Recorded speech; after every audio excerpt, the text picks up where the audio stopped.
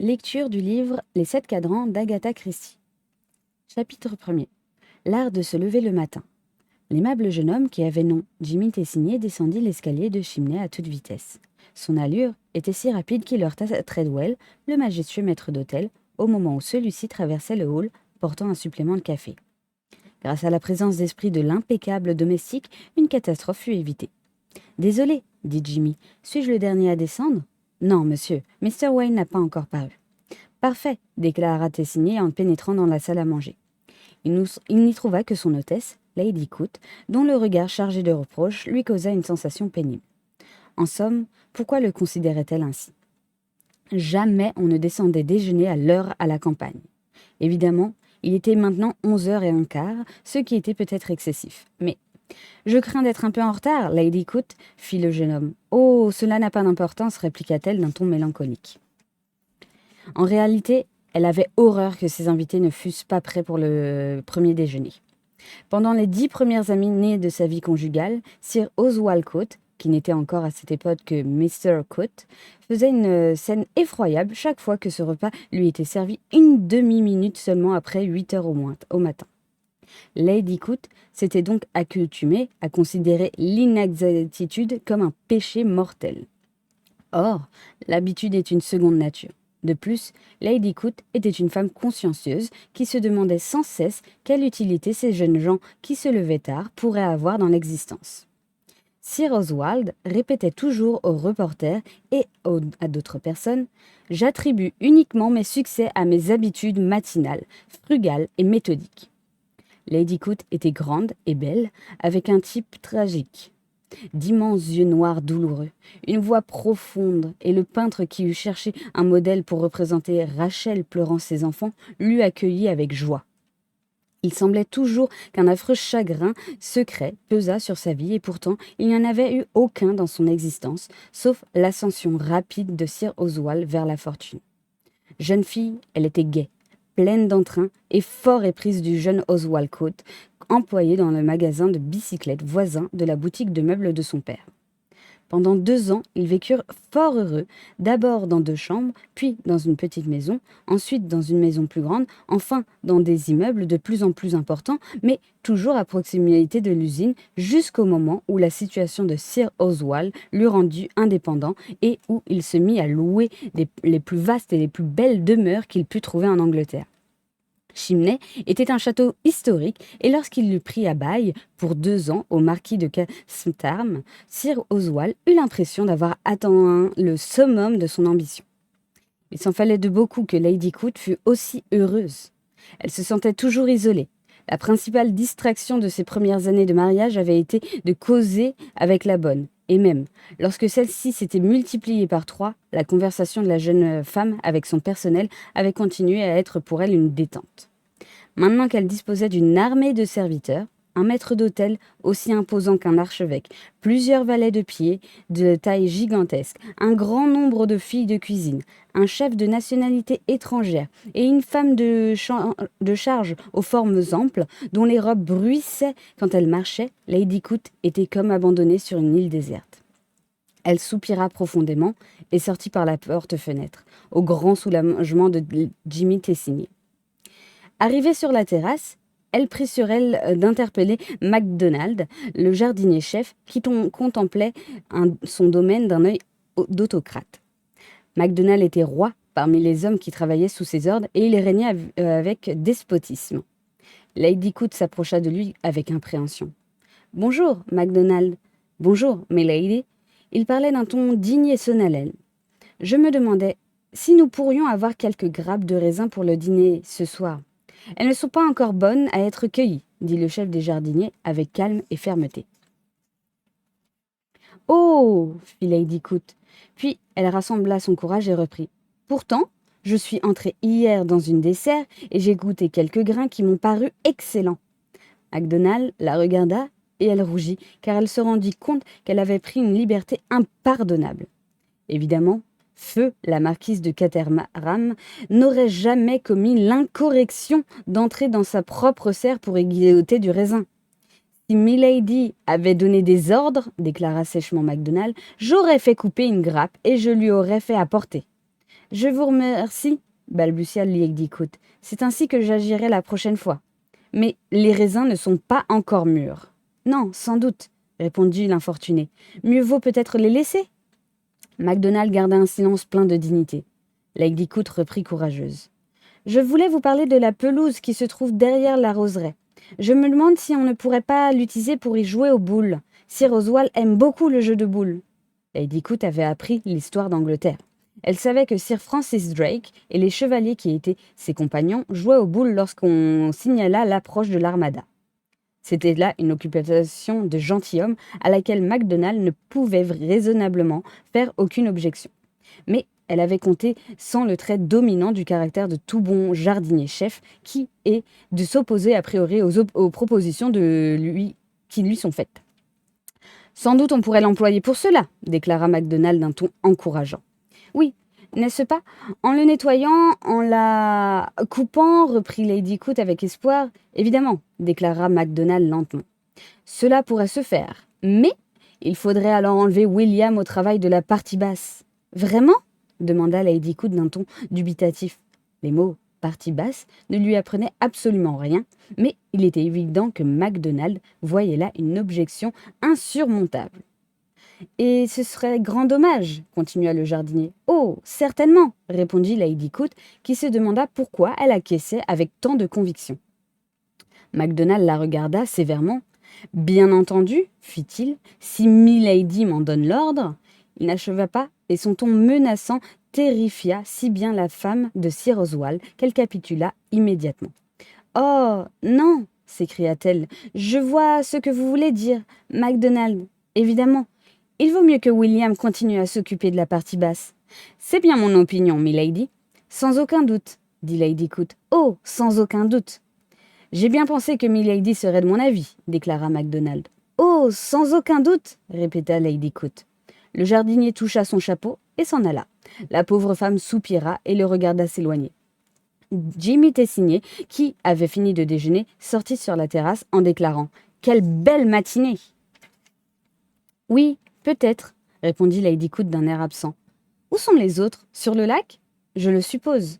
Puis, elle se détourna et rentra dans la maison où Treadwell examinait la cafetière. Oh, mon Dieu, dit la malheureuse maîtresse de maison. Est-ce que Mr. Wade n'est pas encore descendu? Non, milady. Mais il est très tard. Oui, milady. J'espère qu'il va bientôt venir, Treadwell. C'est probable, milady. Il était 11h30 hier matin quand Mr. Wade est descendu. Liegdicoot jeta un regard vers la pendule qui marquait midi moins 20 et elle céda un sentiment d'humanité. C'est très ennuyeux pour vous, Treadwell, qui êtes obligé d'enlever ce couvert et de préparer la table pour 1 heure. Je suis habitué aux manières des jeunes, messire, milady. Le reproche était voilé, mais indéniable, et Liegdicoot rougit pour la seconde fois ce matin-là. Mais une interruption qui fut la bienvenue se produisit alors. La porte s'ouvrit et livra passage à un jeune homme à l'air sérieux qui portait des lunettes et qui dit « Ah, vous voilà, Liegdicoot, Sir Oswald vous attend. »« J'y vais tout de suite !» s'écria-t-elle, et elle sortit en hâte de la salle à manger. Rupert Bateman, qui était le secrétaire particulier de Sir Oswald, sortit aussi, mais par la porte qui ouvrait sur la terrasse, où Jimmy Tessigné flânait toujours. « Bonjour, Pongo !» fit ce dernier. « Je suppose que je vais être obligé d'aller faire l'aimable auprès des jeunes filles. Viens-tu avec moi ?» Le jeune secrétaire secoua la tête et rentra dans la maison par la porte de la bibliothèque tandis que Jimmy souriait. Bateman et lui avaient fait leurs études ensemble. Rupert était déjà un garçon sérieux, portant des lunettes et qui, sans cause apparente, reçut le sobriquet de Pongo. Jimmy bâilla et se dirigea lentement vers le lac. Il y avait là 3 jeunes filles, dont 2 blondes et une brune, et toutes 3 avaient des cheveux coupés. Celle qui riait le plus répondait au nom d'Hélène. La seconde à celui de Nancy, et le troisième était communément appelé Sock. Elles étaient accompagnées de 2 amis de Jimmy, Bill Eversley et Ronnie Devereux, qui occupaient des postes au Foreign Office. « Tiens, voilà Jimmy, dit Bill. Est-il possible que Gary Wade ne soit pas encore levé? Un de ces jours, déclara Ronnie, il ne se réveillera qu'à l'heure du thé. C'est honteux, fit la jeune fille que l'on appelait Sock, car cela ennuie beaucoup Lady Coat. Viens avec moi, suggéra Bill. Nous allons le tirer hors de son lit. Oh, soyons plus spirituels que cela, dit Sock, qui employait fréquemment cette expression. Je ne suis pas spirituel, déclara Jimmy. Voyons, proposa Ronnie, réunissons nos idées et tâchons demain matin de l'obliger à se lever à 7 heures. Treadwell en perdrait ses favoris potiches, Lady Coot aurait une syncope, Sir Oswald dirait « Ah !» et aussitôt le cours de l'acier monterait d'un point. « Vous ne connaissez pas Guéry » répliqua Jimmy. Peut-être une application bien faite d'eau glacée l'éveillerait-elle, mais il se tournerait de l'autre côté et se rendormirait aussitôt. Oh, il faut trouver quelque chose de plus spirituel que de l'eau glacée, s'écria Sock. Mais quoi? Demanda Ronnie. Voilà Pongo, fit Jimmy. Il a toujours un cerveau bien organisé. Consultez-le. Bateman écouta patiemment plusieurs déclarations incohérentes. Ensuite, il répondit. Je vous propose un réveil matin. Je m'en sers toujours moi-même. Puis il s'éloigna. Un réveil matin? Il en faudrait une douzaine pour réveiller Gary Wade. Eh bien, pourquoi pas? Interrogea Bill. Allons tous à Market Basing et achetons-en un chacun. Il y eut des rires, des discussions, puis Bill et Ronnie partirent pour préparer les automobiles et Jimmy fut dépêché pour s'assurer si Wade était levé. Il ne tarda pas à revenir en disant « Oui, il est là, et il répare le temps perdu en mangeant des toasts et de la marmelade. Comment allons-nous l'empêcher de nous accompagner ?» On décida de mettre Lady Coot dans la confidence. Jimmy, Nancy et Hélène se chargeraient de ce soin, mais leur hôtesse se montra fort effrayée. « Une plaisanterie ? Vous ferez attention, n'est-ce pas, mes enfants? Vous n'abîmerez rien. Notre location prend fin la semaine prochaine, et je ne voudrais pas que Lord Cartman pût croire. » Bill, qui revenait du garage, l'interrompit puis leur dire d'un ton rassurant. « Ne vous inquiétez pas, Lady Coot. Bundle Brent, la fille de Lord Cartman, est mon amie d'enfance, et elle a l'esprit très large. Notre plaisanterie ne causera aucun dégât, aucun désordre. » « Et ce sera tout à fait spirituel, déclara Sock. Lady Coot longeait tristement la terrasse lorsque Gerald Wade sortit de la salle à manger. Jimmy Tessigné était un jeune homme blond, aux traits de séraphin. En tout ce que l'on pouvait dire de Wade, c'est qu'il avait un visage encore plus blond et plus séraphique dont l'expression vague rendait, par contraste, celui de Jimmy positivement intelligent. « Bonjour, Lady Coot, dit-il. Où sont les autres? Ils sont tous partis pour Market Basing. »« Pourquoi faire? Une plaisanterie, répondit Lady Coot de sa voix grave. Il commence donc dès le matin? Il n'est pas si bonne heure, fit son hôtesse d'un ton significatif. Je crains d'être descendu un peu en retard, reprit Wade avec une franchise assez séduisante. C'est tout à fait extraordinaire, mais partout où je vais, je suis toujours le dernier à descendre. C'est extraordinaire, en effet. Je ne sais pas à quoi cela tient, dit Wade d'un ton médiatif. Pourquoi ne vous levez-vous pas tout simplement suggéra Lady Coot. Oh fit Gérald, que la simplicité de cette solution parut stupéfier. Son hôtesse reprit avec conviction. J'ai entendu Sir Oswald déclarer souvent que rien ne sert plus à un jeune homme dans l'existence que d'être exact en toutes circonstances. Je sais bien que je suis obligé quand je me trouve à Londres. Je dois être à Foreign Office à 11h du matin. Ne croyez pas que je sois toujours paresseux, Lady Coot. Vous avez bien de jolies fleurs dans cette bordure. Il me semble que nous en avons aussi à la maison. Ma sœur aime énormément le jardinage. Lady Coot s'intéressa tout de suite à la conversation et ils se mirent à discourir sur les défauts des jardiniers.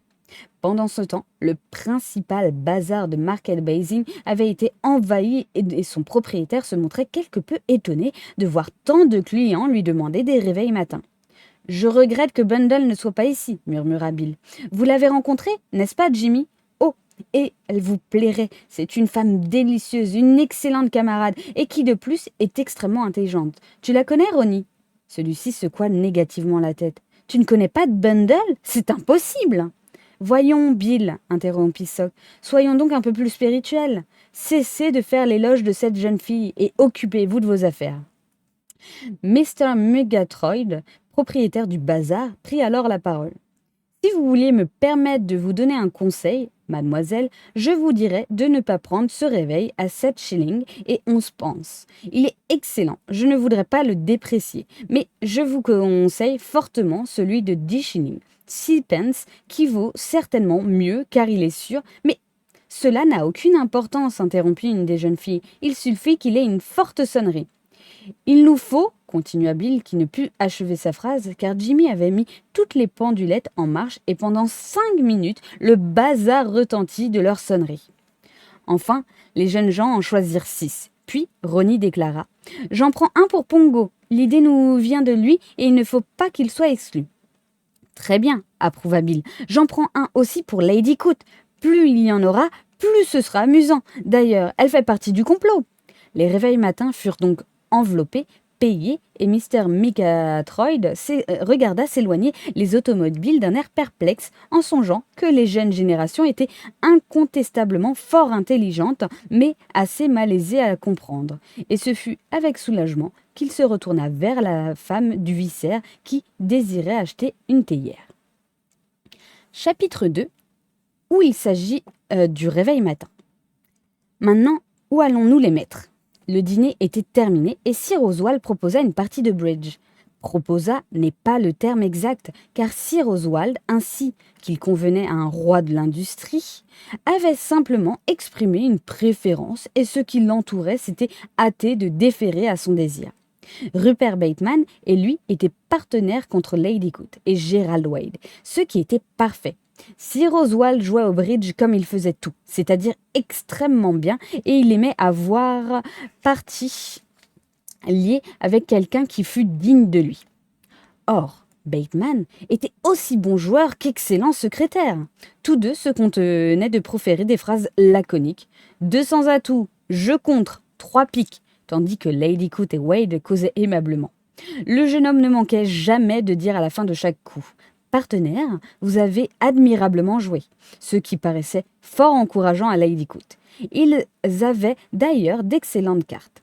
Le groupe de jeunes gens était supposé en train de danser au son de la TSF dans le grand salon, mais en réalité, tous étaient rassemblés devant la porte de Gérald. « Disposons-les en rang sous le lit », répondit Jimmy à la question de Bill. « Et à quelle heure allons-nous les régler ? Tous ensemble ou à intervalles réguliers ?» Ce détail fut chaudement discuté. Les uns déclarèrent que, pour un dormeur tel que Wade, les 8 sonneries combinées étaient indispensables. Les autres, que mieux valait un long effet soutenu. Ce furent ceux-ci qui l'emportèrent et les réveils furent réglés de manière à sonner l'un après l'autre en commençant à 6h30. « J'espère, fit Bill, que ce sera une bonne leçon pour lui. » Ils disposèrent les 8 pendules sous le lit lorsque Jimmy s'écria « Chut ! Quelqu'un monte l'escalier. Oh, ce n'est que Pongo !» Bateman, qui était mort, en profitait pour aller chercher un mouchoir dans sa chambre. Il s'arrêta, comprit la situation et fit une réflexion d'ordre pratique. Il entendra les tic-tac lorsqu'il ira se coucher. Les conspirateurs s'entre-regardèrent. « J'ai toujours dit que Pongo était intelligent », déclara Jim d'un ton admiratif. L'homme intelligent s'éloigna. « C'est vrai, fit Ronnie Devereux. Ces 8 réveils vont faire beaucoup de bruit et même quelqu'un d'aussi niais que Jerry s'en apercevrait. » « Je me demande s'il est autant qu'on le croit, dit Jimmy Tessigné. S'il est autant que quoi ? Aussi bête que nous le supposons. Ronnie le regarda avec étonnement. Voyons, nous le connaissons tous. Est-ce bien sûr ? Interrogea Jimmy. J'ai quelquefois pensé qu'il n'était pas possible à qui que ce soit d'être aussi borné que Jerry veut en avoir l'air.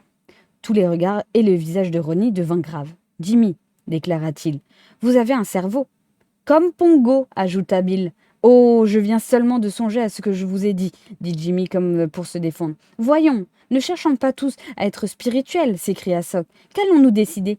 Voici Pongo qui revient. Demandons-lui ce qu'il faut faire, proposa Jimmy. Bateman, consulté, répondit. Attendez qu'il soit couché et endormi, puis entrez sans bruit dans la chambre et déposez-les sur le plancher. Il a encore raison, fit Jimmy. Emportons-les chez nous, puis descendons pour ne pas réveiller les soupçons. La partie de bridge n'était pas encore terminée. Sir Oswald jouait maintenant avec sa femme à laquelle il indiquait consciencieusement toutes les erreurs qu'elle commettait. Lady Coot acceptait ses remontrances avec bonne humeur, mais sans y attacher le moindre intérêt, et elle répéta plusieurs fois. Je comprends, mon ami, vous êtes fort aimable de me donner ces conseils tout en continuant à faire exactement les mêmes fautes. De temps à autre, Gérald disait à Pongo. Bien joué, partenaire, très bien joué. Bill Eversgley faisait des hypothèses avec Ronnie Devereux. S'il se couche vers minuit, au bout de combien de temps penses-tu que nous pourrons entrer? 1 heure? Il bâilla et ajouta. C'est bizarre. Habituellement, je m'endors guère avant 3 heures du matin, mais ce soir, parce que je sais que je vais être obligé de veiller, je donnerai n'importe quoi pour pouvoir aller me coucher. Tous déclarèrent qu'ils éprouvaient la même impression. Ma chère Maria, disait Sir Oswald, avec une légère irritation, je vous répète sans cesse qu'il ne faut pas hésiter lorsque vous allez tenter une impasse, car vous renseignez vos adversaires. Lady Coote aurait pu répondre victorieusement que son mari, étant mort, n'avait pas le droit de faire des réflexions sur son jeu. Mais elle ne dit rien, se pencha en avant et regarda les cartes que tenait Gerald Wade, assis à sa droite. Ses incertitudes ayant été apaisées par la vue de la reine, elle joua le valet, fit la levée et déclara « 4 tricks et la manche, j'ai eu de la chance !» Lady Coote rassemblait des billets et des pièces de monnaie. « Je sais que je ne joue pas bien, déclara-t-elle d'un ton morne qui cachait une satisfaction évidente, mais je suis heureuse aux cartes. Vous ne serez jamais une véritable bridgeuse, Maria, déclara Sir Oswald. Non, mon ami, vous me le dites sans cesse. Pourtant, je fais beaucoup d'efforts. Incontestablement, murmura Wade, et elle ne s'en cache même pas. Elle poserait sa tête sur votre épaule si elle n'avait pas d'autre moyen de voir dans votre jeu. Je sais bien que vous essayez de faire des progrès, déclara Sir Oswald, mais vous n'avez pas le sens du bridge. Oui, mon ami, mais vous ne me devez encore 10 shillings, Oswald. Vraiment? Fit celui-ci. Oui, 1700 points font 8 livres, 10 shillings, et vous ne m'avez donné que 8 livres. Oh, je vous demande pardon. Lady Coote sourit tristement et prit le billet que lui tendait son mari. Elle l'aimait beaucoup, mais elle n'avait pas l'intention de lui faire cadeau de 10 shillings.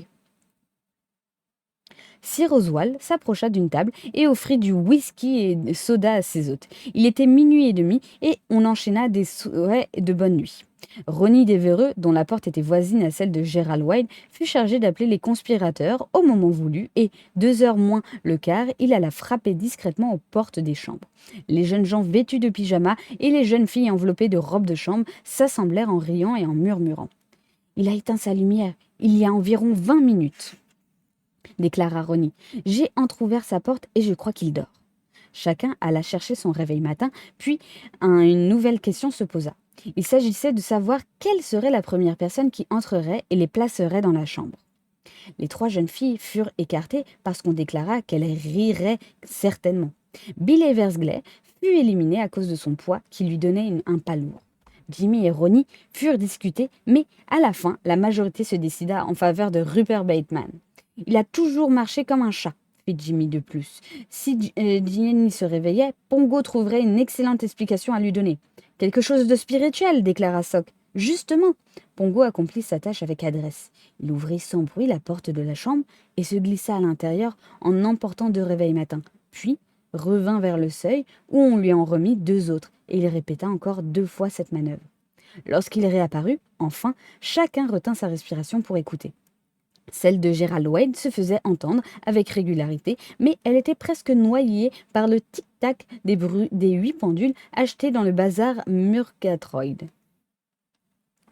Chapitre 3. La plaisanterie a échoué. « Midi !» déclara Sock avec désespoir. En tant que plaisanterie, celle-ci paraissait avoir fait long feu. Cependant, les réveils matins avaient rempli leur office, car ils avaient sonné avec une vigueur que lui fit sauter hors de son lit Ronnie Devereux, convaincu que le jour du jugement dernier était arrivé. Si l'effet produit était tel dans la chambre voisine, que devait-il avoir été de près? Ronnie alla appliquer son oreille contre la porte de Jerry, mais il n'entendit rien d'autre que le tic-tac monotone des pendules. Au même instant, la sonnerie suivante éclara avec un bruit aigu qui eût exaspéré un sourd. Sans aucun doute, Mr. Murgatroyd n'avait pas vanté exagérément sa marchandise, mais il était évident que le sommeil de Gerald Wade défiait toute l'interruption. « C'est invraisemblable, » grommela Jimmy. « Cela me paraît extraordinaire, » déclara Bateman de son air sérieux. « Il devait consulter un médecin. » Je crois, fit la jeune sœur, qu'il se moque de nous. Il est certainement éveillé, mais il va descendre en prétendant n'avoir rien entendu. Tous la regardèrent. C'est possible, déclara Bill. Il est tout simplement très spirituel, dit Sox. Il paraîtra encore plus tard que d'habitude, simplement pour nous ennuyer. Comme il était maintenant plus de midi, cette opinion fut partagée par tous. Seul Ronnie Devereux la discuta. Vous oubliez, dit-il, que je me trouvais derrière sa porte lorsque la 3e réveil matin a sonné. Quoique Jerry ait pu se décider à faire par la suite, il devait tout de même être étonné à ce moment-là et il aurait manifesté ses surprises. Où l'avais-tu mis, Pongo? Sur sa table de chevet. C'est une excellente idée, reprit Ronnie, qui ajouta en s'adressant à Bill. Si une forte sonnerie retentissait à quelques centimètres de ton oreille, à 6h30 du matin, que dirais-tu? Mon Dieu, répondit Eversgley, je dirais, et il s'arrêta court. Évidemment, répliqua Ronnie, moi aussi, et tout le monde en ferait autant. L'homme primitif reparaîtrait. Or, il ne s'est pas manifesté. Et il est 12h20, fit observer une des jeunes filles. C'est vraiment excessif, dit lentement Jimmy. Une plaisanterie est une plaisanterie, mais celle-ci est poussée un peu loin, à cause des côtes. Bill le regarda. Que voulez-vous dire? Eh bien, déclara Tessigné, il me semble que cette manière d'agir n'est pas conforme au caractère de Jerry. Il ne savait pas comment exprimer ce qu'il pensait, car il ne voulait pas trop parler, et cependant, Ronnie devint attentif. Ce fut à ce moment que Treadwell entra et regarda autour de lui avec hésitation. « Je croyais que Mr. Bateman était là, dit-il enfin. « Il vient de sortir sur la terrasse, répondit Ronnie. Ne puis-je le remplacer ?» Les yeux du maître d'hôtel allèrent de lui à Jimmy, et les deux jeunes gens le suivirent hors de la salle à manger, dont Treadwell ferma la porte derrière lui avec soin. « Qu'y a-t-il » interrogea Ronnie. « Mr. Wayne ne descendant pas, monsieur, j'ai pris la liberté d'envoyer James dans sa chambre, et il est revenu très ému. » Treadwell s'arrêta, puis reprit. « Je crains, monsieur, que le pauvre jeune homme ne soit mort dans son sommeil. » Jimmy et Ronnie le regardèrent, et ce dernier s'écria. « Voyons, c'est impossible, Jerry !» Ses lèvres tremblèrent et il reprit. « Je vais aller voir, James a pu se tromper. » Mais Treadwell étendit la main et Jimmy se rendit compte, avec un étrange sentiment de froideur, que cet homme était maître de la situation. « Non, monsieur, reprit-il, James ne s'est pas trompé. J'ai déjà envoyé chercher le docteur Cartwright et, en attendant, je me suis permis de fermer la porte à clé avant de prévenir Sir Oswald de ce qui s'est passé. Il faut que j'aille parler à Mr. Bateman. » Treadwell s'éloigna et Ronnie demeura comme pétrifié. « Jerry, murmura-t-il. » Jimmy le prit par le bras et l'entraîna vers une partie déserte de la terrasse où il le fit asseoir. « Remettez-vous, mon vieux, lui dit-il doucement. Mais il le regarda avec quelque curiosité et il se doutait pas que Ronnie fût si lié à Gerald Wade. « Pauvre Jerry, dit-il d'un ton pensif. Il paraissait pourtant se porter fort bien. » Ronnie fit un signe affirmatif. « Toute nos plaisanterie de réveil matin paraît macabre maintenant, continua Jimmy. C'est étrange, comme la comédie et le drame se mêlent souvent. » Il parlait un peu au hasard pour donner à Ronnie le temps de se ressaisir. Celui-ci murmura. « Je voudrais bien voir arriver le docteur, car il me tarde de savoir. »« Quoi donc? De quoi il est mort ?» Jimmy fit une moue. « D'une maladie de cœur, je suppose. » Mais Devereux eut un rire moqueur. « Voyons, Ronnie. » Eh bien. Jimmy eut peine à poursuivre. « Vous ne supposez pas qu'il a été assassiné ?» Ronnie ne répondit pas et continua à regarder droit devant lui. Tessigné hocha la tête et attendit. Ce fut l'arrivée de Treadwell qui interrompit leur silence. Le docteur désire voir ces messieurs dans la bibliothèque. Ronnie se précipita vers la maison, suivi de Jimmy. Le docteur Cartwright était un homme jeune, au visage intelligent et énergique. Bateman, qui avait l'air plus sérieux que jamais, fit les présentations. « On m'a dit que vous étiez lié avec Mr. Wade ?» commença le médecin en s'adressant à Ronnie. « J'étais son meilleur ami. Ah, cette mort, quoique fort triste, paraît assez simple. Ce jeune homme paraissait avoir une bonne constitution. Savez-vous s'il avait l'habitude de prendre des narcotiques ?» Ronnie le regarda avec stupeur. « Mais il avait un sommeil de plomb. Vous ne l'avez jamais entendu se plaindre d'insomnie? Jamais. Pourtant, la cause du décès est évidente, et je crains que nous ne soyons obligés de demander une enquête. Quelle est donc cette cause?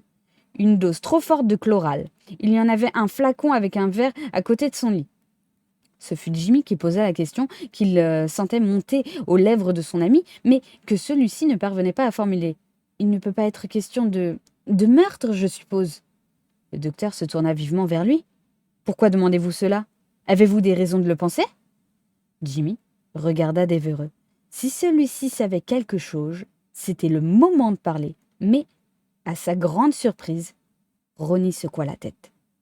Aucune raison, déclara-t-il nettement. Et ne croyez-vous pas qu'il puisse s'agir d'un suicide? Certainement non. Ronnie parlait d'un ton décisif, mais le docteur ne paraissait pas aussi convaincu que lui. Vous ne lui connaissez pas de préoccupation, pas d'ennui d'argent, pas d'affaires de cœur. Hein. Devereux secoua la tête. Il faut prévenir sa famille, reprit Cartwright. Jerry avait une sœur, ou plus exactement une demi-sœur qui habite Dean Priory, à une vingtaine de kilomètres d'ici. Lorsque Wayne n'était pas à Londres, il demeurait avec elle. Ah, dit le docteur, il va falloir l'avertir. J'irai, déclara Ronnie. C'est une mission pénible, mais quelqu'un sera bien obligé de la remplir. Il regarda Jimmy et ajouta. Vous la connaissez, n'est-ce pas? Un peu. J'ai dansé 1 ou 2 fois avec elle. Alors, si vous le voulez bien, nous irons avec votre voiture. Je n'ai pas le courage de me rendre seul auprès d'elle. J'allais vous le proposer et je vais préparer une voiture. Tessigné sortit, assez soulagé d'avoir quelque chose à faire, car l'attitude de Ronnie le surprenait. Que savait-il ou que soupçonnait-il? Et, s'il avait des doutes, pourquoi ne les communiquait-il pas au médecin? Peu après, les 2 jeunes gens s'éloignèrent à toute vitesse sur la route et Ronnie disait « Jimmy, je crois que vous êtes le meilleur ami qu'il me reste. Eh bien, je voudrais vous dire quelque chose. Vous voudriez savoir? Au sujet de Jerry Wade? Oui. » Jimmy attendit. Mais je ne suis pas sûr d'en avoir le droit. Pourquoi? Je suis lié à une sorte de promesse. Oh, alors peut-être vaut-il mieux que vous ne le disiez pas. Il y eut un nouveau silence. Pourtant, j'aimerais. Jimmy, vous êtes plus intelligent que moi. Je n'y ai pas grand mérite, répliqua Tésigné brutalement. Non, je ne puis, dit Ronnie soudain. Fort bien. Après un instant de réflexion, Devereux reprit. Comment est-elle? Qui cela? La sœur de Jerry? Jimmy ne répondit pas immédiatement, et lorsqu'il reprit la parole, il dit d'un ton qui s'était quelque peu modifié. Elle est très bien, hein, tout à fait bien. Je sais que Jerry lui était fort attaché, il en parlait souvent. Elle aimait beaucoup son frère. Cela va lui porter un coup terrible.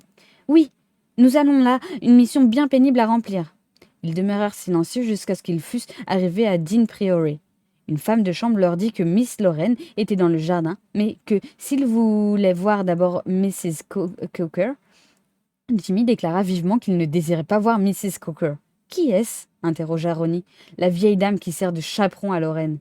Ils longèrent une allée au bout de laquelle ils aperçurent une jeune fille avec 2 épagnols noirs. Elle était petite, très blonde, vêtue d'un vieux costume. Ce n'était pas du tout le type de femme que Ronnie s'attendait à trouver. Elle vint à la rencontre des 2 amis après avoir saisi un des chiens au collier. « Comment portez-vous » dit-elle. « Ne faites pas attention à Babette. Elle a des petits et elle est très méfiante. » L'attitude de Lorraine Wade était d'une extrême simplicité et, tandis qu'elle levait la tête en souriant, ses joues devinrent roses. Elle avait les yeux d'un bleu très profond qui s'agrandirent soudain, comme si elle devint un malheur. Jimmy se hâta de dire « Voici Ronnie Devereux, Miss Wade. Vous avez dû entendre parler souvent de lui. »« Oh, oui !» répondit la jeune fille en adressant un beau sourire amical à Ronnie. « Vous faites tous 2 un séjour à Chimney, n'est-ce pas? Pourquoi n'avez-vous pas amené Jerry ?»« Nous n'avons pas pu, » commença Devereux qui s'arrêta. Jimmy revit un regard passer dans les yeux de Lorraine et dit « Miss Wade, je crains, nous vous apportons de mauvaises nouvelles. »« Jerry ?»« Oui, il est. » Elle frappa du pied avec une violence soudaine. « Oh, parlez, parlez !» Puis elle ajouta en se tournant vers Ronnie. « Dites-moi la vérité !» Jimmy éprouva un sentiment de jalousie, et en cet instant, il comprit ce qu'il n'avait pas voulu jusqu'alors s'avouer à lui-même. Il se rendit compte de la raison pour laquelle Hélène, Nancy, Sock ne présentait aucun intérêt à ses yeux, et fut à peine s'il entendit Ronnie répondre de sa voix grave. « Oui, Miss Wade, je vais tout vous dire. Jerry est mort !» La jeune fille était brave. Elle sursauta, fit un pas en arrière, mais au bout d'1 minute, elle commença à poser avidement des questions. « Comment? Quand ?» Ronnie la réenseigna avec douceur et elle s'écria. « Jerry, prendre un narcotique, c'est impossible !» Jimmy lui jeta un regard qui était presque un avertissement, car il y eut l'impression que Lorraine, dans sa candeur, allait trop parler. À son tour, il lui expliqua du mieux qu'il put la nécessité de faire ouvrir une enquête. Elle frissonna et refusa l'offre de ces 2 jeunes gens. de la ramener à Chimney, en déclarant qu'elle s'y rendrait un peu plus tard. Elle avait une petite voiture automobile à 2 places. Mais j'ai besoin d'être un peu seule d'abord, expliqua-t-elle d'un ton pitoyable. Je comprends fort bien, dit Ronnie. Oui, ajouta Jimmy. Puis, tous deux la regardèrent sans trop savoir ce qu'ils pourraient faire. Je vous remercie d'être venu, dit Lorraine. Ils repartirent en silence, une sorte de contrainte pesait sur eux. Voilà une femme courageuse, déclara Ronnie, et Jimmy acquiesça. Jerry était mon amie, reprit Devereux. J'aurais le devoir de veiller sur elle. Oh, évidemment. Puis, ils se turent définitivement. En arrivant à Chimney, Jimmy rencontra Lady Coate, qui était en larmes et ne cessait de répéter « Le pauvre garçon, le pauvre garçon !» Elle lui raconta avec force détail la mort plusieurs personnes qui étaient de ses amis. Jimmy l'écouta avec une sympathie apparente et la quitta dès qu'il le put sans manquer de courtoisie. Il monta l'escalier en courant et rencontra Ronnie qui sortait de la chambre de Gerald Wade et qui parut un peu déconcerté en l'apercevant. « Je viens de le voir, lui dit-il. Est-ce que vous y allez aussi ?»« Je ne crois pas, répondit Tessigné qui était jeune, plein de santé et que la pensée de la mort impressionnait désagréablement. J'estime que tous ceux qui l'ont connu devraient y aller. Vraiment, répondit Jimmy qui estima à part lui que Ronnie Devereux se montrait fort étrange en cette circonstance. Oui, c'est un signe de respect. Jimmy soupira, mais céda. Très bien, dit-il en serrant les dents. Il entra dans la chambre. On avait placé des fleurs blanches sur le couvre-pied et la pièce avait été mise en désordre. Tessigné jeta un regard rapide sur le visage blême et immobile. Était-il possible que ce fût là Jerry Wade à la figure pompine ? Il frissonna et se détourna pour quitter la chambre, mais son regard tomba sur la cheminée et il sursauta. « Les réveils matins !» Ils avaient été rangés avec soin. Jimmy sortit et trouva Ronnie au dehors. Il reposa en paix, marmonna-t-il, mais il n'a pas eu de chance. Puis il ajouta « Qui a aligné ces réveils matins ?»« Je l'ignore. Un des domestiques sans doute, mais il en manque un. Il n'y en a plus que 7. L'avez-vous remarqué ? 7 ? Au lieu de 8 fit Jimmy, les sourcils froncés. Pourquoi ? Chapitre 4. Une lettre. Je déclare que c'est là un manque de considération, dit Lord Carterman. Il parlait d'une voix douce et plaintive et paraissait enchanté du mot qu'il avait trouvé. Oui, un manque complet de considération. D'ailleurs, j'ai souvent constaté que ces hommes qui sont faits eux-mêmes ont ce défaut. C'est peut-être pour cela qu'ils amassent des fortunes aussi considérables. Tout en parlant, il regardait tristement son domaine ancestral dont il avait repris possession ce même jour. Sa fille, Lady Aileen Brett, que ses amis désignaient sous le nom de Bundle, se mit à rire. « Tu n'amasseras certainement jamais une grosse fortune, dit-elle, encore que tu n'aies pas obtenu un si mauvais résultat en persuadant au vieux Coute de louer cette demeure. Comment est-il ? Présentable ? C'est un de ces gros hommes, répondit Lord Caterman, qui ont une figure rouge, carrée et des cheveux d'un gris de fer. Il est puissant, il a ce que l'on appelle une forte personnalité.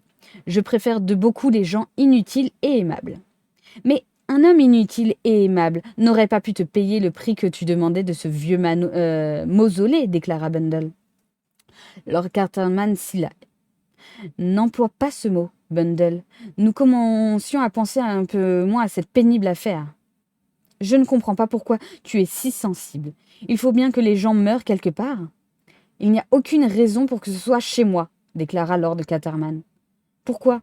N'est-ce pas là ce qui s'est produit pour quantité de vieux ancêtres ? C'est tout différent. Naturellement, les Brandt doivent mourir ici, mais il me déplaît surtout qu'il y ait une enquête. Cela revient à une habitude. Voici la seconde. Tu te rappelles tous les désagréments que nous avons eus il y a 4 ans ? D'ailleurs, c'est la faute de Georges Lomax. Et maintenant, c'est Coute que tu en rends responsable. Je suis certaine qu'il a dû être aussi ennuyé que toi. C'est un manque de considération, reprit Lord Caterman avec obstination. On ne devrait pas inviter des gens que l'on croit capables de faire une chose pareille. Tu diras ce que tu voudras, Bundle. Je n'aime pas les enquêtes et je ne les aimerai jamais. Mais ce n'est pas le même cas que la dernière fois, dit la jeune fille d'un ton réconfortant. Je veux dire qu'il ne s'agit pas d'un assassinat. On aurait pu le croire à en juger par toute l'importance que ce stupide inspecteur a donnée à l'affaire. Il ne s'est jamais remis de celle d'il y a 4 ans et il s'imagine que chacune des morts qui se produit ici doit être causée par un meurtre doublé d'un complot politique. Tu n'as pas idée des complications qu'il a fait surgir. Treadwell m'a tout raconté. Il a cherché partout des empreintes digitales et, bien entendu, n'a trouvé que celle du mort. Il n'y a rien d'obscur dans cette affaire, bien qu'on ne sache pas s'il s'agit d'un suicide ou d'un accident. J'ai rencontré Gerald Wade une fois, dit Bundle. C'était un ami de Bill. Il t'aurait plu, papa, car je n'avais jamais vu quelqu'un d'aussi insignifiant. Aucune personne qui viendrait ainsi mourir dans ma maison ne me plairait, déclara Caterman d'un ton entêté. Je ne puis imaginer que quelqu'un ait eu l'idée de l'assassiner, continua Bundle. C'est absurde. Évidemment, et tout le monde a cette opinion. Il faut un âne comme l'inspecteur Aglan pour supposer le contraire. Je pense qu'il a voulu se donner l'air d'un savant en relevant des empreintes. D'ailleurs, on a conclu à une mort accidentelle, n'est-ce pas? Lord Caterman fit un signe d'assentiment.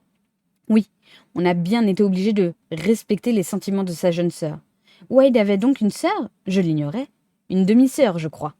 Il s'interrompit, car Bundle venait de se précipiter sur la terrasse en appelant d'une voix autoritaire. « MacDonald !»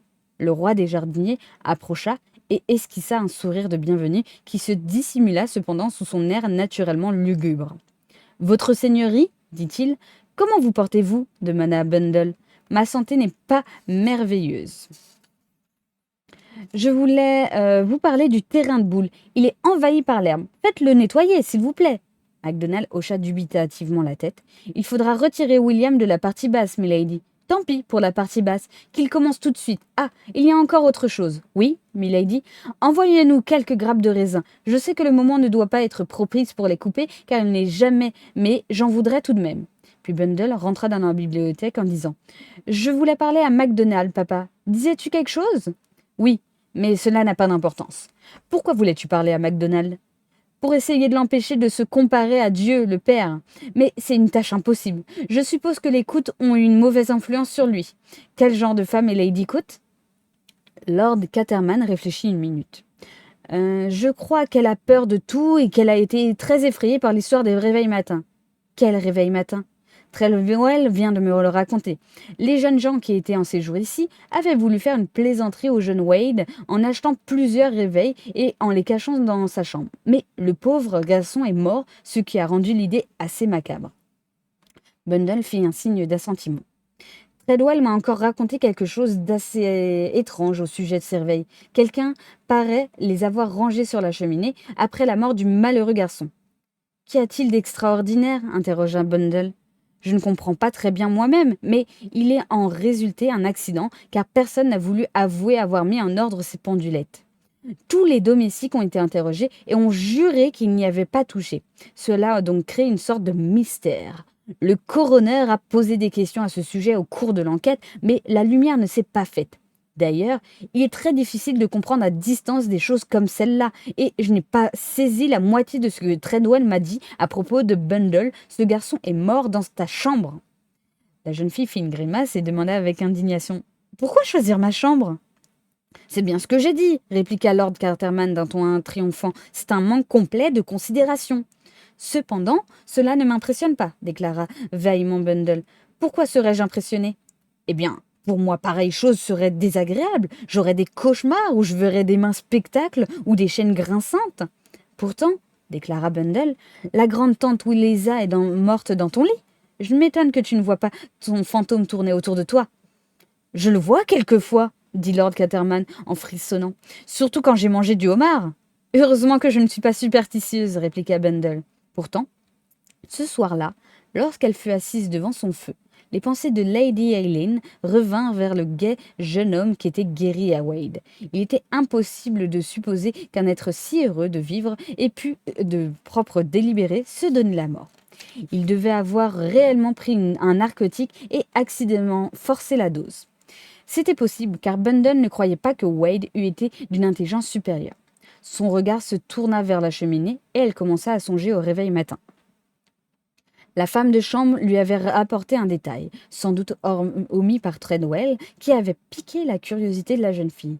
7 pendulettes avaient été alignées sur la cheminée après la mort de Jerry et une 8e fut retrouvée sur la pelouse, sous la fenêtre, par laquelle on la jeta sans doute. Mais pourquoi? Ce fait parut étrange à Eileen. Il ne se pouvait qu'un domestique eût rangé les réveils, puis que, effrayé par les questions posées à ce sujet, il l'eût nié, mais aucun d'entre eux n'aurait jeté un objet de ce genre dans le jardin. Jerry Wade, pris de colère lors de la première sonnerie, avait-il eu un geste de dépit? Mais non. Bundle se rappelait avoir entendu dire qu'il avait dû mourir avant l'aube et rester d'abord un certain temps dans le coma. Vraiment, cette histoire de pendulette était bizarre, et Bundle pensa qu'elle aimerait en parler à Bill Eversgley, qui avait été l'un des invités. La jeune fille, ayant l'habitude d'agir très rapidement, se leva, s'approcha de son bureau, qui était en marqueterie et à cylindre. En voulant l'ouvrir, elle sentit une résistance. Elle se rappela que cela lui était déjà arrivé une fois parce qu'une enveloppe obstruait le mécanisme. Elle prit donc un mince couteau à papier et l'introduisit dans la fente. Une feuille apparut. Bundle la saisit et constata que c'était un début de lettre. La date frappa aussitôt son attention. 21 septembre. 21 septembre dit-elle lentement. Mais c'était... Elle s'interrompit pour réfléchir. C'était bien le 22 que Wade fut trouvé mort. Donc, cette lettre avait dû être écrite le soir même du drame. Bundle la lisa et de la main et la lut. Ma chère Lorraine, je reviendrai mercredi. Je me porte à merveille et serai bien content de te revoir. Oublie ce que je t'ai dit au sujet des 7 cadrans. Je croyais qu'il s'agissait d'une plaisanterie, mais c'est infiniment plus grave. Je regrette d'en avoir parlé, car ce n'est pas le genre d'affaire auquel un enfant comme toi doit être mêlé. Donc, oublie cela. Je voulais te dire encore une autre chose. Mais j'ai tellement sommeil que je ne puis tenir les yeux ouverts. Oh, c'est à propos de l'Ayrshire, je crois. La lettre s'arrêtait là. Bundle demeura immobile, les sourcils froncés, les 7 cadrans. N'y avait-il pas un bas quartier de Londres qui portait ce nom? D'ailleurs, ces mots éveillaient en elle un autre souvenir, mais pour le moment, elle ne pouvait se rappeler de quoi il s'agissait. Son attention se fixa sur 2 phrases. Je me porte à ravir et j'ai tellement sommeil que je ne puis tenir les yeux ouverts. Elle ne paraissait pas concorder, car c'était ce soir-là que Jerry Wade avait absorbé une dose de chloral si forte qu'il ne s'était pas réveillé. Or, si ce qu'il avait écrit était exact, pourquoi l'avait-il prise? Bundle secoua la tête, regarda autour d'elle et frissonna légèrement. Gerald Wade était mort dans cette chambre.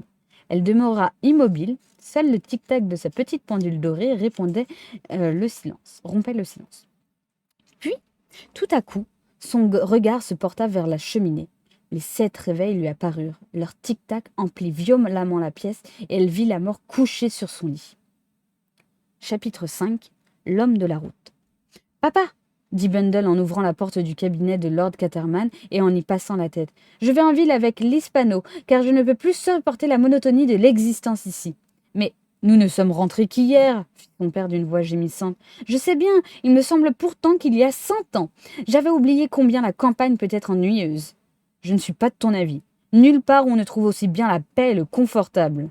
Je ne puis te dire à quel point je suis content d'avoir Treadwell auprès de moi, car cet homme prévient mes désirs d'une manière remarquable. Cela ne me suffit pas, déclara Bundle. J'aime les émotions. Lord Caterman sursauta. N'en avez-vous pas eu suffisamment il y a 4 ans? Demanda-t-il d'un ton lamentable. Je veux bien en éprouver d'autres, répliqua Eileen. Hélas, je ne pense pas en trouver en ville, mais cela vaudra toujours mieux que de continuer à bâiller ici.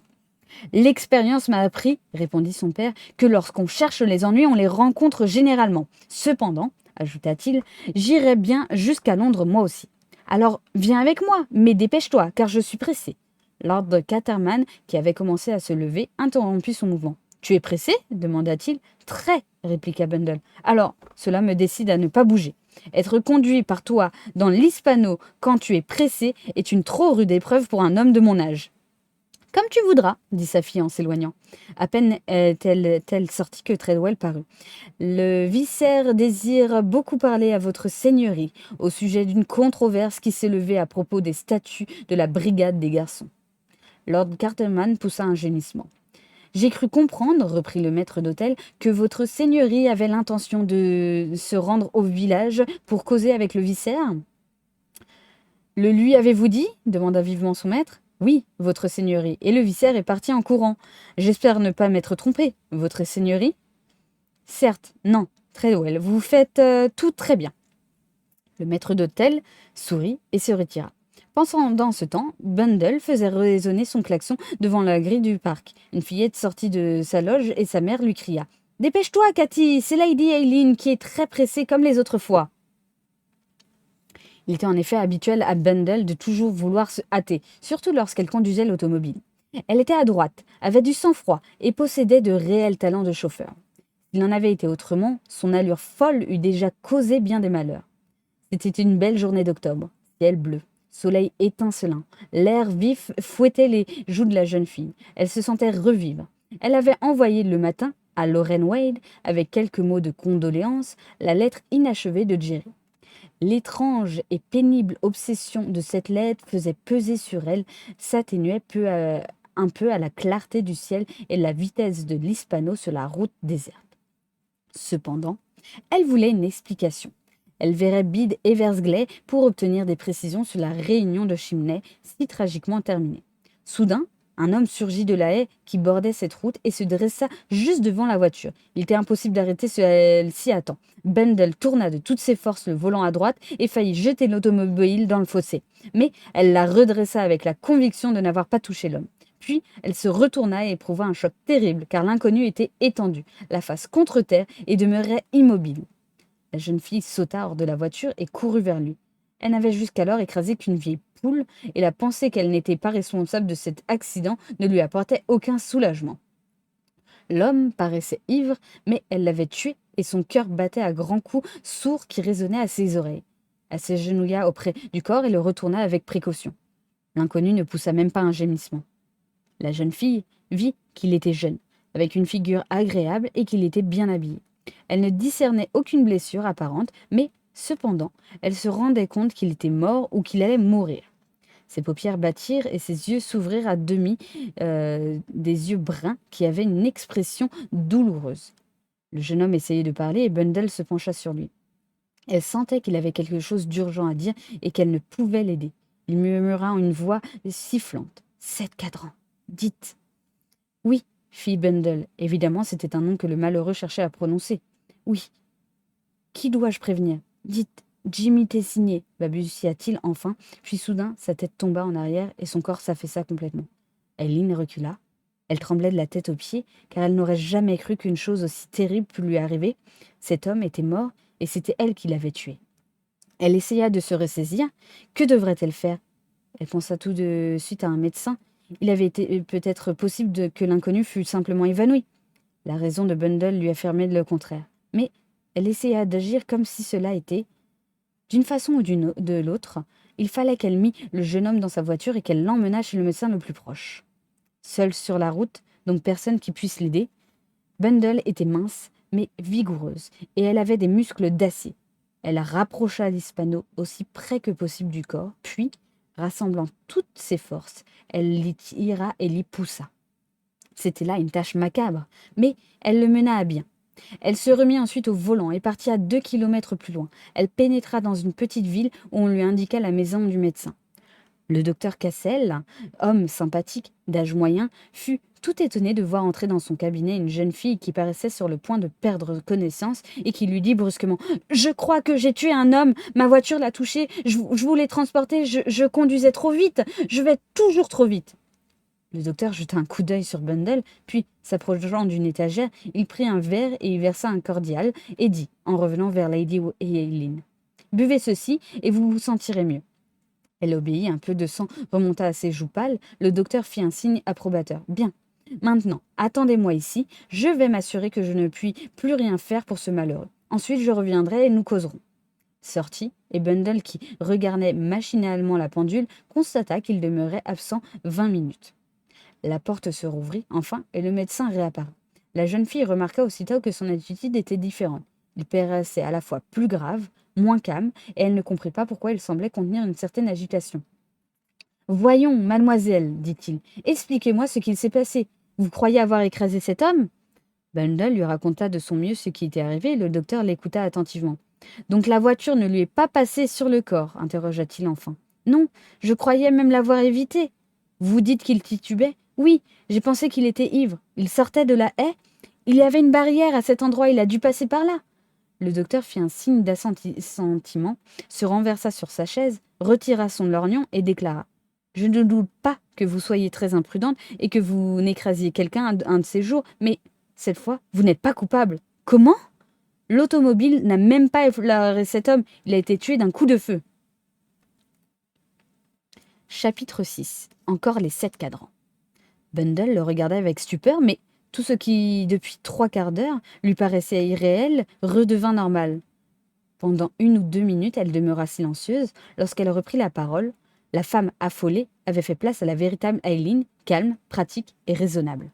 « Comment cela a-t-il pu se produire ? » « Je n'en sais rien, » déclara sèchement le docteur. « Mais le fait est indéniable, il y a une balle dans le corps. Seulement, l'hémorragie a été interne. C'est pourquoi vous n'avez rien remarqué. » Bundle acquiesça d'un signe. « La question est de savoir, » continua Cassel, « qui l'a tué. Vous n'avez vu personne ? » « Non. » C'est étrange, car il s'agissait d'un accident. Celui qui l'aurait causé serait venu au secours de la victime, à moins qu'il n'en ait pas eu conscience. « Il n'y avait personne sur la route, » fit Bundle. « À mon avis, » reprit le médecin, « le pauvre garçon devait courir à la balle, l'a atteint jusqu'au moment où il traversait la barrière, c'est pourquoi il a gagné la route en chancelant. Vous n'avez entendu aucune détonation ? Cela ne prouve rien à cause du bruit de mon moteur. » En effet, n'a-t-il rien dit avant de mourir ? Il a murmuré quelques mots. Il voulait faire prévenir un de ses amis et il a parlé de 7 cadrans. « dit le docteur Cassel. « Ce n'est pourtant pas un quartier fréquenté par des gens de sa classe. Son assaillant en venait peut-être. D'ailleurs, nous n'avons pas à nous préoccuper de cela maintenant, car nous allons remettre l'affaire entre les mains de la police, à laquelle vous serez obligé de dire votre nom et votre adresse. Voulez-vous venir jusqu'au poste avec moi ? » Ils s'y rendirent dans l'Hispano et trouvèrent un inspecteur qui parut fort impressionné lorsque la jeune fille se fit connaître. « C'étaient des gamins !» s'écria-t-il, « de stupides gamins qui tirent sans cesse sur des moineaux, sans penser qu'il pourrait y avoir quelqu'un derrière une haie. » Le docteur n'estimait pas cette hypothèse vraisemblable, mais comme il se rendait compte que l'affaire ne tarderait pas à être remise en des mains plus habiles, il jugea inutile de faire des objections. « Savez-vous le nom du mort ?» demanda l'inspecteur en mouillant son crayon. Il avait un porte-carte sur lui et paraît s'être appelé Ronald Devereux. Bundle fronça les sourcils. Ce nom de Ronald Devereux évoquait un souvenir dans son esprit. Il lui sembla l'avoir déjà entendu, mais ce ne fut que lorsqu'elle eut repris le chemin de Chimney avec sa voiture que la mémoire lui revint. Ronnie Devereux était un ami de Bill au Foreign Office, de Bill et aussi de Gerald Wade. Lorsqu'elle se rendit compte de cela, Bundle fit une embardée qui faillit la jeter dans le fossé. D'abord Gerald Wade, ensuite Ronnie Devereux. La mort de Gerald pouvait avoir été le résultat d'une maladresse, mais celle de Ronnie avait certainement un caractère plus tragique. Soudain, la jeune fille se rappela encore autre chose, les 7 cadrans. Lorsque le mourant avait prononcé ces mots, il lui avait semblé vaguement familier, et maintenant elle se rappelait pourquoi. Gerald Wade avait fait allusion aux 7 cadrans dans la dernière lettre qu'il avait écrite à sa sœur, quelques heures avant de mourir. Il y avait là une coïncidence dont la signification échappait à Lady Aileen. Tout en réfléchissant à ces choses, elle avait tellement ralenti son allure que personne ne l'aurait reconnue. Elle rentra sa voiture au garage et se mit à la recherche de son père, Lord Caterman, qui était plongé dans la lecture d'un catalogue de livres rares, fut stupéfait en voyant réapparaître sa fille. « Comment ?» s'écria-t-il. « Il est impossible que même toi tu aies pu aller à Londres et en revenir dans un temps si court. »« Je ne suis pas allé, répondit Burnley. J'ai écrasé un homme. »« Comment ? » ?»« Je n'ai pas écrasé vivant, on a tiré sur lui. »« Ce n'est pas possible. »« Je ne sais pas si c'est possible, mais cela l'est. »« Alors pourquoi as-tu tiré sur lui ? »« Ce n'est pas moi. »« Tu ne devrais pas tirer sur les gens, » continua Lord Caterman. « Je ne dis pas que certains ne le méritent pas, cependant, cela peut créer des ennuis. Mais je te dis que je n'ai pas tiré. Alors qui a tiré ? Nul ne le sait. » « Voyons, dit Lord Caterman, un homme ne peut pas être écrasé ou tué sans que personne en ait été cause. »« Il n'a pas été écrasé, dit Bundle. Mais tu viens de me le dire, je te dis que j'ai cru l'avoir écrasé. Je suppose qu'un de tes pneus a éclaté. Le bruit dans ce cas ressemble toujours à celui d'un coup de feu, du moins, où on l'infirme dans les histoires de détectives. Papa, tu es absolument invraisemblable et ton cerveau ne paraît pas supérieur à celui d'un lapin. Mais c'est ta faute, répliqua son père. Tu me racontes une histoire extraordinaire dans laquelle des gens sont à la fois écrasés et assassinés et tu t'étonnes que je ne comprenne pas ? Bundle poussa un soupir. Écoute-moi, dit-elle. Puis, lorsqu'elle eut terminé, as-tu compris maintenant? Oui, parfaitement.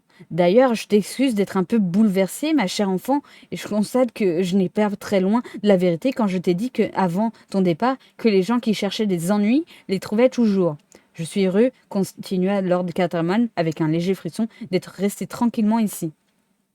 Elle reprit son catalogue et Bundle demanda. Papa, où sont les 7 cadrans? Dans le quartier Est, mais je ne suis pas bien sûre. Je n'y suis jamais allée. J'en suis enchantée car je ne crois pas que je m'y serais plus. Mais c'est assez curieux, il me semble en avoir entendu parler récemment. Connais-tu un certain Jimmy Tessigné? Lord Catermal était de nouveau absorbé dans son catalogue. Il avait fait un effort pour comprendre ce que sa fille lui avait dit au sujet des 7 cadrans, mais il n'en faisait plus aucun. Tessigné, murmura-t-il vaguement. Il y a une famille de ce nom dans le Yorkshire. En fait-il partie? Mais c'est bien là ce que je te demande. Écoute-moi, papa, c'est important. Lord Carterman fit un effort désespéré pour paraître attentif et déclara. Il y a un Tessigné dans le Yorkshire, mais je crois qu'il en a aussi dans le Devonshire. Ta grande-tante Célina avait épousé un Tessigné. Quelle utilité cela peut-il avoir pour moi? S'écria Bundle. Lord Carterman se mit à rire. Cela, en tout cas, n'en a pas beaucoup pour elle, si je me souviens bien. Tu es impossible, dit Bundle en se levant. Il va falloir que je m'adresse à Bill. Sans aucun doute, répliqua son père, d'un air distrait. N'hésite pas. Lady Eileen se leva en soupirant et se murmura à elle-même. Je voudrais bien me rappeler au juste ce qu'il y avait dans cette lettre. Je ne l'ai pas lue très attentivement. Il me semble qu'il s'agissait d'une plaisanterie et que Wade disait que l'affaire des 7 cadrans n'en était pas une. Lord Carterman abandonna brusquement son catalogue. Les 7 cadrans? Dit-il. J'y suis. Je sais pourquoi ces mots me rappelaient quelque chose. George Lomax sort d'ici. Pour une fois, Treadwell s'est trompé et il l'a laissé entrer. Il allait en ville. Il paraît qu'il va y avoir une espèce de réception avec un caractère politique à l'abbaye la semaine prochaine et que Lomax a reçu une lettre d'avertissement. Qu'entends-tu par lettre d'avertissement? Je ne sais pas très bien. Il ne m'a guère donné de détails. Je crois pourtant qu'on lui écrivait Faites attention, vous courez un péril, et ainsi de suite. Quoi qu'il en soit, la lettre venait des 7 cadrans, et Lomax se rendrait à Londres pour en parler à Scotland Yard. Tu le connais? Bundle fit un signe d'assentiment. Elle connaissait en effet George Lomax, sous-secrétaire d'État aux Affaires étrangères, qui fuyait de nombreuses personnes à cause de son habitude invétérée d'émailler sa conversation de phrases puisées dans des discours. « Dites-moi, interrogea-t-elle, est-ce que Lomax paraissait ému à la mort de Gerald Wade? Je l'ignore, nous n'en avons pas parlé. » La jeune fille demeura silencieuse pendant quelques instants, car elle cherchait à se remémorer les phrases de la lettre qu'elle avait envoyée à Lorraine Wade.